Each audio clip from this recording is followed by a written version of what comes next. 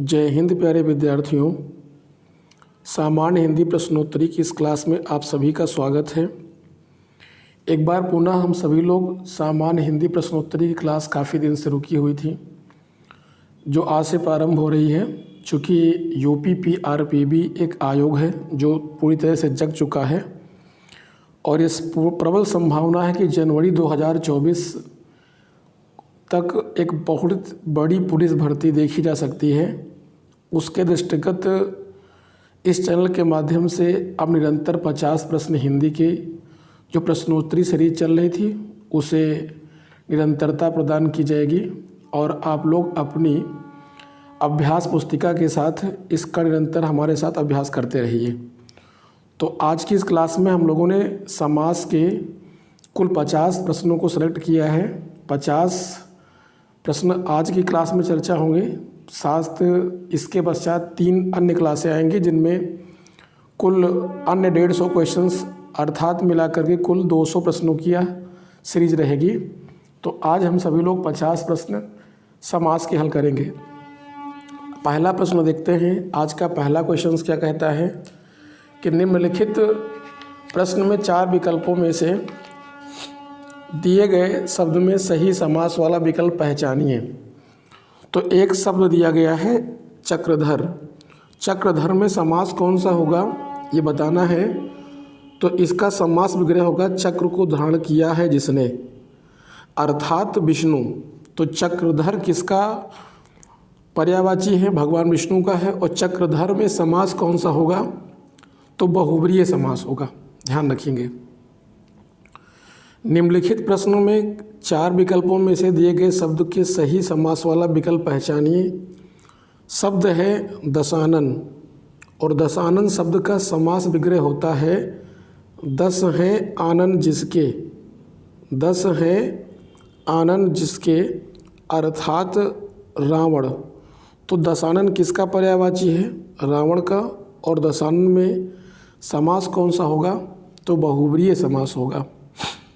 निम्नलिखित प्रश्न में 4 विकल्पों में से दिए गए शब्द के सही समास वाला विकल्प को पहचानिए। शब्द है सप्त सिंधु और सप्त सिंधु का जो समास विग्रह होगा वो होगा 7 सिंधुओं का समूह। 7 सिंधुओं का समूह सप्त सिंधु कहलाता है। और जिस समास का पूर्व पद संख्यावाची विशेषण हो उसे द्विगु समास कहते हैं। अर्थात अगर पूछा जाए कि सप्त सिंधु में कौन सा समास होगा तो इसमें द्विगु समास होगा, क्योंकि पूर्व पद संख्यावाची विशेषण हुआ है यहाँ पर। अगला प्रश्न देख लेते हैं। रसोई घर में कौन सा समास होगा? रसोई घर में कौन सा समास है? तो सबसे पहले इसका समास विग्रह क्या होगा? रसोई के लिए घर, अर्थात कौन सा समास होगा? तत्पुरुष समास। और तत्पुरुष समास में पूछा जाए कौन सा समास होगा तो यह के लिए आया है और के लिए हमेशा संप्रदान तत्पुरुष के लिए होता है। तो यहाँ पर संप्रदान तत्पुरुष होगा, यानी ऑप्शन नंबर डी। सामासिक पद को तोड़ना क्या कहलाता है? सामासिक पदों को तोड़ना समास विग्रह कहलाता है। और समास विग्रह से ही पता चलता है कि वास्तव में दोनों पदों के मध्य क्या संबंध है, जिससे उस समास का निर्धारण होता है। क्वेश्चन नंबर 6 है कि भीष्म पितामह ने आजीवन शादी न करने का प्रण लिया। रेखांकित शब्द का समास क्या होगा? तो ध्यान रखिएगा, जिन शब्दों की शुरुआत यथा, भर, अनुप्रति, अना, ला, बे आदि शब्दों से होती है वह हमेशा वहाँ पर अव्ययी भाव समास होता है। तो आजीवन में इसका समास विग्रह होगा जीवन भर। और इसमें समास कौन सा होगा? अव्ययी भाव समास। क्वेश्चन नंबर 7 देख लेते हैं। 7 नंबर क्वेश्चन है कि सद्भावना शब्द में कौन सा समास होगा? तो सद्भावना का समास विग्रह होता है सच्ची है जो भावना। और इसमें भावना की विशेषता बताई जा रही है कि वो सच्ची है, इसलिए सद्भावना में समास कौन सा होगा? कर्मधारय। विग्रह की दृष्टि से दिए गए विकल्पों में से कौन सा विकल्प अनुचित है? तो जैसे पहला है कि चंद्र का प्रकाश यानी चंद्रमा का प्रकाश, सही है। देश पर निकाला नहीं होता बेटा, देश से निकाला होता है। उससे जहाँ लगेगा वहाँ पर अपादान तत्पुरुष समास आ जाएगा, तो यही गलत था, यही अनुचित था। बाकी जल की धारा शुद्ध है, संबंध तत्पुरुष होगा। और वन में वास यानी वनवास में कौन सा समास होगा, तो इसमें आप सभी को कमेंट करके बताना कि वनवास में कौन सा समास होगा। वैसे बता दूं कि अधिकरण समास होता है जहाँ पर में और पर आ जाते हैं, लेकिन ध्यान रहे कि में और पर अलग होने के सेंस में पर नहीं होना चाहिए। जैसे यहाँ पर वनवास में अलग होने के सेंस में आया था, देश निकाला में अलग होने के सेंस में आया है, तो यहाँ पर देश निकाला में होगा देश से निकाला, यानी अपादान तत्पुरुष समास होगा। क्वेश्चन नंबर 9 है कि समास विग्रह और उनके भेद की जानकारी दे रहे प्रस्तुत वाक्य में रिक्त स्थान की पूर्ति के लिए सही विकल्पों का चयन करें। देशभक्ति का समास विग्रह है देश के लिए भक्ति होगा, देश के लिए भक्ति होगा। और समास विग्रह का भेद होगा तत्पुरुष समास, और तत्पुरुष समास में भी कौन सा तत्पुरुष समास होगा, के लिए, तो संप्रदान तत्पुरुष होगा। तो इसका सही ऑप्शन होगा ऑप्शन नंबर सी, देश के लिए भक्ति, देश के लिए भक्ति। Option number C will be right. Question number 10 है कि जिस समास में कोई पद प्रधान नहीं होता, अर्थात उसमें कोई तीसरा पद प्रधान होता है, दोनों पद अप्रधान होते हैं बहुब्रीहि समास में। जिस समास के दोनों पद अप्रधान हो जबकि कोई तीसरा पद प्रधान हो, उसे बहुब्रीहि समास कहते हैं।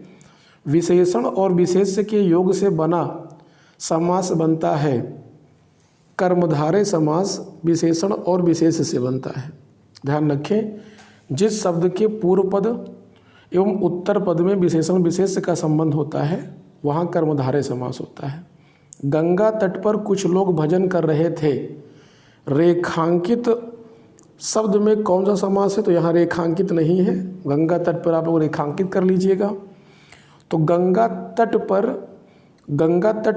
पर कुछ लोग भजन कर रहे थे, तो गंगा तट का समास विग्रह होता है गंगा का तट।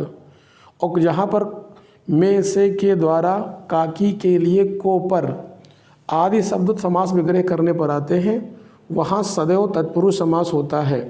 तो गंगा तट का समास विग्रह होगा गंगा का तट, तत्पुरुष समास, अर्थात कौन सा तत्पुरुष समास होगा, तो संबंध तत्पुरुष होगा। यहाँ पर मैं श्री रामचंद्र जी के चरण कमल की वंदना करती हूँ, यहाँ पर रेखांकित शब्द किस समास का उदाहरण है, चरण कमल का समास विग्रह होता है कमल रूपी चरण, अर्थात कर्मधारय समास होगा यहाँ पर। अगला प्रश्न है कि उपयुक्त समास चिन्हित कीजिए। शब्द है पथभ्रष्ट। पथभ्रष्ट शब्द का समास विग्रह होता है पथ से भ्रष्ट, और पथ से भ्रष्ट होने का मतलब इसमें कौन सा समास होगा, तो तत्पुरुष समास होगा। और तत्पुरुष समास में कौन होगा, तो अपादान तत्पुरुष समास होगा। ध्यान रखिएगा। सज्जन शब्द में समास कौन सा होगा, सज्जन शब्द में कौन सा समास होगा, तो सज्जन शब्द का समास विग्रह होता है सच्चा है जो जन। जन मतलब आदमी या व्यक्ति, यानी जो व्यक्ति सच्चा है वो सज्जन कहलाएगा। तो सज्जन का समास होगा कर्मधारय समास। क्वेश्चन नंबर 16 है कि युद्ध में स्थिर रहने वाला किस समास का विग्रह है, तो युद्ध में स्थिर रहने वाले के लिए एक शब्द होगा, अर्थात इसका समस्त पद होगा युधिष्ठिर। क्या होगा, युधिष्ठिर होगा। और युधिष्ठिर में कौन सा समास होगा ये बताना है। तो अगर विकल्प में अलुक तत्पुरुष समास है तो अलुक तत्पुरुष समास होगा, और अगर यदि नहीं है तो इस प्रश्न का सही उत्तर होगा बहुब्रीहि समास। अब चूंकि युधिष्ठिर में पूछा गया है तो कौन सा समास होगा, यहाँ पर अलुक तत्पुरुष समास होगा, यानी option number C will be right होगा।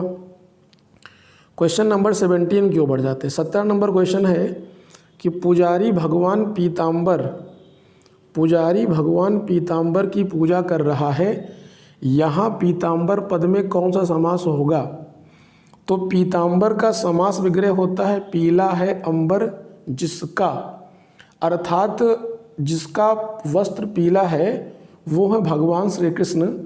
तो पीताम्बर में हमेशा बहुब्रीहि समास होगा, समास विग्रह होगा पीला है अंबर जिसका। क्वेश्चन नंबर 18 है कि तिरंगा में कौन सा समास होगा? तिरंगा में होता है 3 रंगों का समाहार, अर्थात 3 रंगों का समूह। ध्यान रखिए कि जिस समस्त पद का पूर्व पद संख्यावाची विशेषण होता है वहाँ सदैव द्विगु समास होता है। तो तिरंगा में कौन समास होगा? द्विगु समास। परमेश्वर में कौन सा समास होगा? परमेश्वर शब्द का समास विग्रह होता है परम है जो ईश्वर, अर्थात परमेश्वर। और परमेश्वर में समास कौन सा होगा? तो कर्मधारय समास होगा। ध्यान रखेंगे, परम है जो ईश्वर।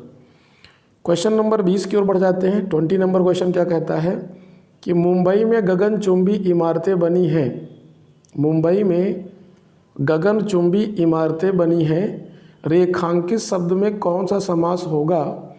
गगनचुंबी शब्द का समास विग्रह होता है गगन को चूमने वाला या वाली।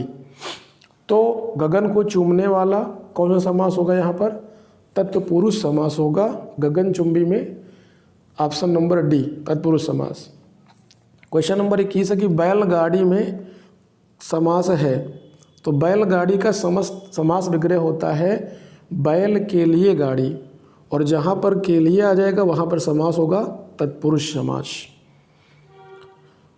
क्वेश्चन नंबर 22 है कि शास्त्र प्रवीण महाविद्यालय में पीताम्बर धारण करने आते हैं। इस वाक्य में तत्पुरुष समास कौन से शब्द में है? तो महाविद्यालय, महान है जो विद्यालय, अर्थात कर्मधारय होगा। पीताम्बर, पीला है अंबर जिसका, अर्थात श्री कृष्ण, यहाँ बहुब्रीहि होगा। शास्त्र प्रवीण का समास विग्रह होगा शास्त्रों में है जो प्रवीण, शास्त्र प्रवीण शास्त्र में प्रवीण होगा। शास्त्र प्रवीण का समास विग्रह होगा शास्त्र में प्रवीण, अर्थात तत्पुरुष समास। और धारण करके में कोई समास नहीं होगा। क्वेश्चन नंबर 27 है। क्वेश्चन नंबर 23 है। 23 में लिखा है कि देशभक्ति में कौन सा समास होगा? तो देशभक्ति का समास विग्रह होता है देश के लिए भक्ति, और इसमें समास कौन सा होगा? तो तत्पुरुष समास होगा। और तत्पुरुष समास में कौन सा होगा? तो ध्यान रखेंगे, के लिए हमेशा संप्रदान तत्पुरुष के लिए आता है। पंचवटी में कौन सा समास होगा? पंचवटी का समास विग्रह होता है 5 वटों का समूह या 5 वटों का समाहार, और जिस समस्त पद का पूर्व पद संख्यावाची विशेषण होता है वो द्विगु समास होता है। कौन सा अधिकरण तत्पुरुष समास नहीं है? ध्यान रखना है, कौन सा अधिकरण तत्पुरुष समास नहीं है? तो धर्म भ्रष्ट अधिकरण तत्पुरुष समास इसमें नहीं है, क्योंकि धर्म भ्रष्ट का समास विग्रह होगा धर्म से भ्रष्ट, और धर्म से भ्रष्ट का मतलब होता है अपादान तत्पुरुष। पुरुषोत्तम का समास विग्रह होगा पुरुषों में उत्तम, और कुल श्रेष्ठ का होगा कुल में श्रेष्ठ। और देशाटन में भी अधिकरण तत्पुरुष समास होगा। नीलांबर शब्द में कौन सा समास होगा? नीलांबर शब्द का समास विग्रह होगा नीला है अंबर जो, वो नीलांबर हो गया। और जहाँ पर जो, जिसके, जिसने आदि शब्द आते हैं वो हमेशा विशेषण बताने के लिए आते हैं, और जहाँ विशेषण विशेष का संबंध होता है वो सदैव कर्मधारय समास होता है। समास के पदों को अलग करने को क्या कहा जाता है? विग्रह कहा जाता है। समास विग्रह होता है। अगला प्रश्न है, क्वेश्चन नंबर 28 है कि कृताकृत का समास है। कृताकृत का समास विग्रह होता है कृत आकृत। कृत आकृत का मतलब होता है किया बेकिया, अर्थात किया बेकिया का मतलब होता है कि जो किया ना गया हो, अधूरा हो, और कृताकृत किया बेकिया, इसमें समास कौन सा अगर पूछा जाए तो क्या होगा? कर्मधारय समास होगा। वचनामृत समस्त पद का समास विग्रह क्या होगा? वचनामृत, अमृत रूपी वचन, वचन रूपी अमृत, वचन और अमृत, या अमृत जैसी वचन। तो इस प्रश्न का सही समास विग्रह होगा वचन रूपी अमृत, यानी ऐसे वचन जो अमृत के समान है उनको वचनामृत कहते हैं। ऑप्शन नंबर सी होगा, वचन रूपी अमृत। अव्ययी भाव समास का उदाहरण है अन्न जल, अन्न और जल होगा, द्वंद्व समास होगा इसमें। अंत अनंत, द्वंद्व समास। धर्माधर्म, धर्म और अधर्म, द्वंद्व समास। लेकिन पल पल में कौन समास होगा? अव्ययी भाव समास होगा। प्रतिमान, जैसा कि पिछले प्रश्न में हम बता चुके हैं कि यथा भर, अनुप्रति, अना, बे, ला, आ आदि शब्दों से प्रारंभ होने वाले, आदि वर्णों से प्रारंभ होने वाले समस्त पद में हमेशा अव्ययी भाव समास होता है। तो प्रतिमान में कौन समास होगा? अव्ययी भाव समास। हमें यथाशक्ति दान करना चाहिए, यथाशक्ति दान करना चाहिए, रेखांकित शब्द में कौन सा समास होगा? तो जहाँ पर यथा भर, अनुप्रति, अना आदि शब्द से प्रारंभ हो, आदि वर्णों से प्रारंभ हो, वहाँ हमेशा अव्ययी भाव समास होता है। पीतांबर में कौन सा समास होगा? पीला है अंबर जिसका, अर्थात भगवान श्री कृष्ण। पीतांबर में समास होगा बहुब्रीहि समास। ध्यान रखेंगे एक बात का यहाँ पर कि पीतांबर शब्द में बहुब्रीहि और कर्मधारय दोनों प्रकार के समास होते हैं, लेकिन यदि विकल्प में दोनों दिया गया है तो बहुब्रीहि समास ही आपको लगाना है। अगर ऑप्शन में बहुब्रीहि नहीं है तब आप कर्मधारय का चयन करेंगे। जैसा कि यहाँ पूछा गया था कि पीतांबर में कौन समास होगा, तो यहाँ पे कर्मधारय भी था और बहुब्रीहि भी था, तो हम लोगों ने यहाँ चयन किसका किया? बहुब्रीहि का किया है। इसका ध्यान रखिएगा, बहुत महत्वपूर्ण बात है ये आप लोगों के लिए। क्वेश्चन नंबर 34 देखिए, अगला क्वेश्चन ही आ गया कि पीतांबर में कौन सा समास होगा? द्विगु, अव्ययी भाव, कर्मधारय और द्वंद्व। तो अब इसमें देखिए बहुब्रीहि समास भी है और कर्मधारय है, लेकिन अब यहाँ पर बहुब्रीहि चूँकि है ही नहीं है तो फिर ऑप्शन एक ही सही होगा, कर्मधारय समास। एक बात का आप लोगों को सदैव ध्यान रखना, ये आवश्यक नहीं है कि एक समस्त पद में एक ही समास हो, एक से अधिक भी समास हो सकते हैं। तो इस बात पर गौर करिएगा आप लोग। बुद्धिमान हैं, प्रबुद्ध हैं, बुद्धिमानी का परिचय दीजिएगा आप सभी।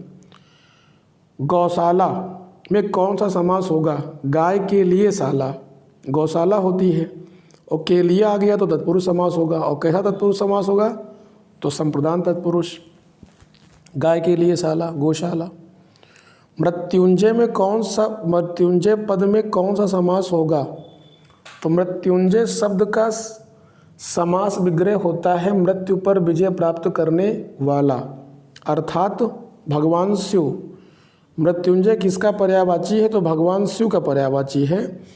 तो यहाँ पर मृत्युंजय यानी मृत्यु पर विजय प्राप्त करने वाला मृत्युंजय होता है, बहुब्रीहि समास होगा। चौराहा में कौन सा समास होगा? चौराहा का समास विग्रह होता है चार राहों का समूह या चार राहों का समाहार।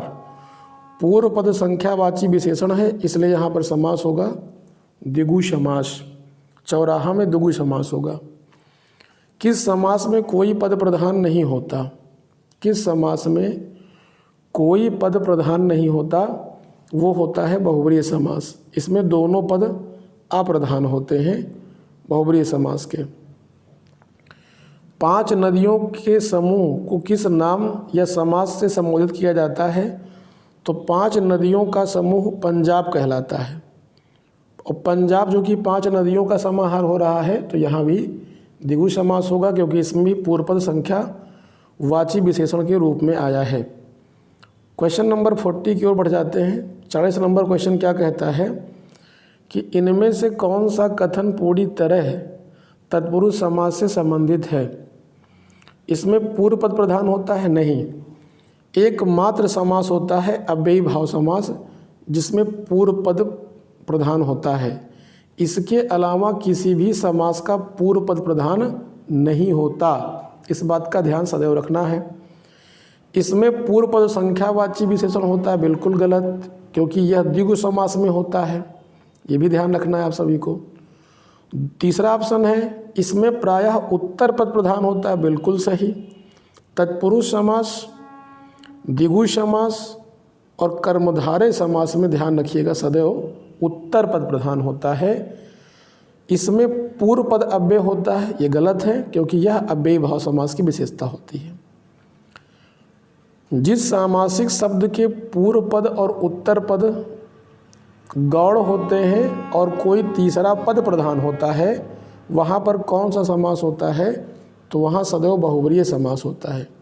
ध्यान रखिएगा आप लोग।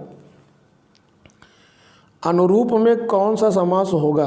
अभी पीछे चर्चा कर चुके हैं कि जहाँ पर अनु या आ शब्द का प्रयोग होता है वहाँ सदैव अव्ययी भाव समास होगा। तो option number D will be right. Question number 43 है 43। आमरण शब्द में कौन सा समास होगा? अब जो कि आमरण में आ गया है तो इसका समास विग्रह होगा मरण तक। और समास कौन सा होगा इसमें? तो इसमें समास होगा अव्ययी भाव समास, मरण तक। द्वंद्व समास में कौन सा पद प्रधान होता है? द्वंद्व समास में कौन सा पद प्रधान होता है? तो हमने बताया कि द्वंद्व समास में दोनों पद प्रधान होते हैं।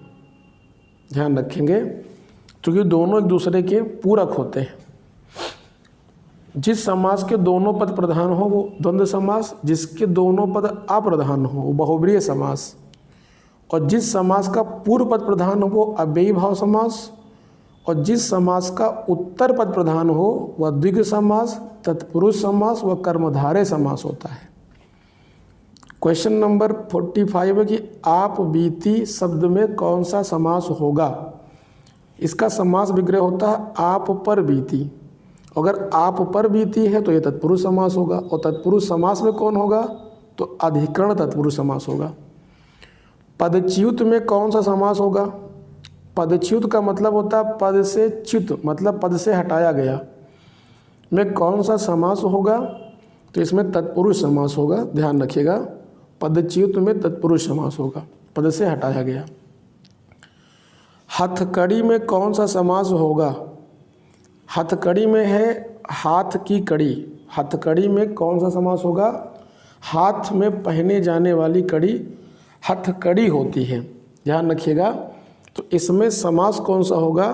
तत्पुरुष समास। हाथ में पहने जाने वाली कड़ी हथकड़ी, हाथों की कड़ी कह सकते हैं, हथकड़ी। स्नेह मग्न में कौन सा समास होगा? स्नेह मग्न का समास विग्रह होता है स्नेह में मग्न। अब चूंकि में मग्न आ गया तो स्नेह मग्न में समास कौन सा होगा? तो इसमें होगा तत्पुरुष समास, स्नेह में मग्न। और कौन तत्पुरुष होगा? तो अधिकरण तत्पुरुष होगा, जो कि में का प्रयोग हुआ है। कमल नयन में कौन सा समास होगा? द्विगु, द्वंद्व, बहुब्रीय, अव्ययी भाव। अब देखिए, यह क्वेश्चन बहुत बेहतरीन प्रश्न है। ये प्रश्न यूपी टीजीटी परीक्षा 2004 की में पूछा गया था हिंदी में। कमल नयन में कौन सा समास होगा? तो वैसे तो सामान्य रूप से अभी बता रहे थे कि एक शब्द में एक से अधिक समास हो सकते हैं। तो चूंकि कमल नयन अगर शब्द आए तो इसमें सदैव एक ही समास होगा, वो समास होता है कर्मधारय समास। लेकिन अब चूंकि कर्मधारय समास विकल्प में नहीं दिया गया है, तो अगर हम कमल नयन का समास विग्रह करें कि कमल रूपी नयन, तो कमल रूपी नयन हो जाएगा, या कमल के समान नयन हो जाए तो कर्मधारय हो जाएगा। लेकिन यदि इसका समास विग्रह करें कमल के समान नयन है जिसके, अर्थात विष्णु, तो फिर यहाँ पर बहुब्रीय समास हो जाएगा। इसी सेंस में क्वेश्चन पूछा गया है।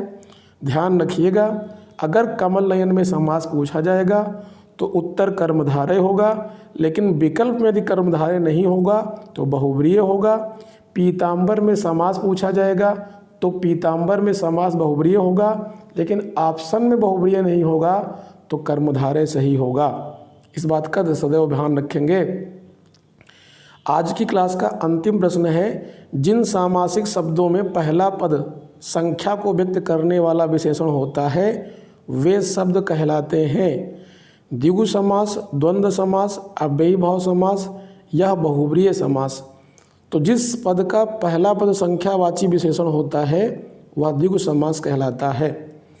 तो आज की क्लास में हम लोगों ने कुल 50 प्रश्नों को व्याख्यात्मक रूप से हल किया। केवल 25 मिनट के अंदर यह क्लास आप लोगों की समाप्त हो चुकी है। शेष आगे की प्रश्न संख्या 51 से लेकर के 100 प्रश्नों को हम लोग नेक्स्ट क्लास में देखेंगे। तब तक आप लोग इसकी प्रैक्टिस करते रहें निरंतर, और नोट्स से आप इस चैप्टर को रिवीजन करते रहें और इसका अभ्यास करते रहें।